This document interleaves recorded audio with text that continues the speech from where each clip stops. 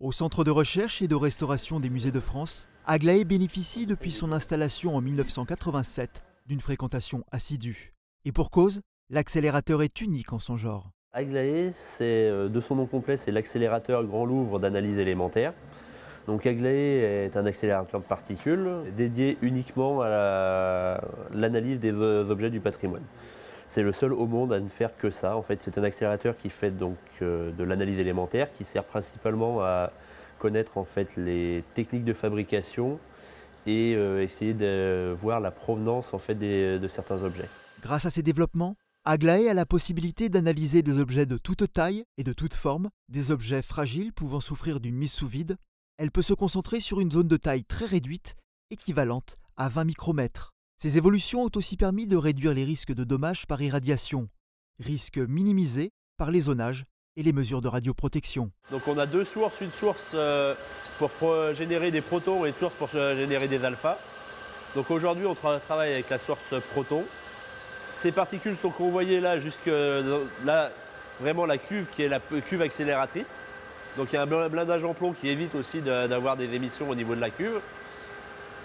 Par contre après, à partir du moment où elles sortent ici, il y a toute une ligne en fait, qui permet de mettre en forme le faisceau, ce qui fait qu'il y a quelques points qui peuvent être émetteurs de rayons X le long de la ligne. Donc on a le long de la ligne quelques dosimétries ambiantes qui permettent en fait de vérifier quelle est l'émission à cet endroit-là. On peut avoir aussi des émissions de neutrons, donc c'est pour ça qu'on a un coffrage ici en polyéthylène. On arrive là, il y a plusieurs optiques et encore une fois là on a des fentes en fait qui vont couper le faisceau et à cet endroit-là pareil on peut avoir des émissions de neutrons, donc on a fait un zonage particulier qui est défini au sol là. Donc en fait à partir du moment où les particules passent, seules les personnes habilitées qui sont les opérateurs de l'équipe Aglaé ont le droit de rentrer dans cette zone. Là, nous allons rentrer dans la zone en fait, qu'on appelle zone rouge, c'est-à-dire que c'est la zone d'analyse en fait.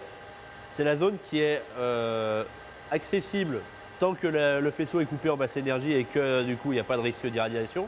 Mais dès que le faisceau sort et qu'on est en cours d'analyse, en fait, cette zone est condamnée. On a plusieurs indicateurs ici. En fait, on a du coup ce feu tricolore qui est un feu en fait qui est vert si l'accélérateur est éteint, complètement éteint. Orange si en fait la haute tension est mise à l'accélérateur et que le faisceau est susceptible, que les particules sont susceptibles d'être accélérées, et rouge quand les particules sont accélérées, donc que le faisceau passe. On a ensuite ce gyrophare là qui est en fait indicatif de savoir si une analyse est lancée ou pas. Et ensuite on a cette porte là avec ici un contact en fait qui permet de vérifier si la porte est fermée ou pas. Et en fait ce contact, le faisceau est asservi à ce contact, c'est-à-dire que si on ouvre la porte en fait, le faisceau est coupé en basse énergie et du coup, le faisceau ne peut pas passer. Donc là, c'est la tête d'analyse.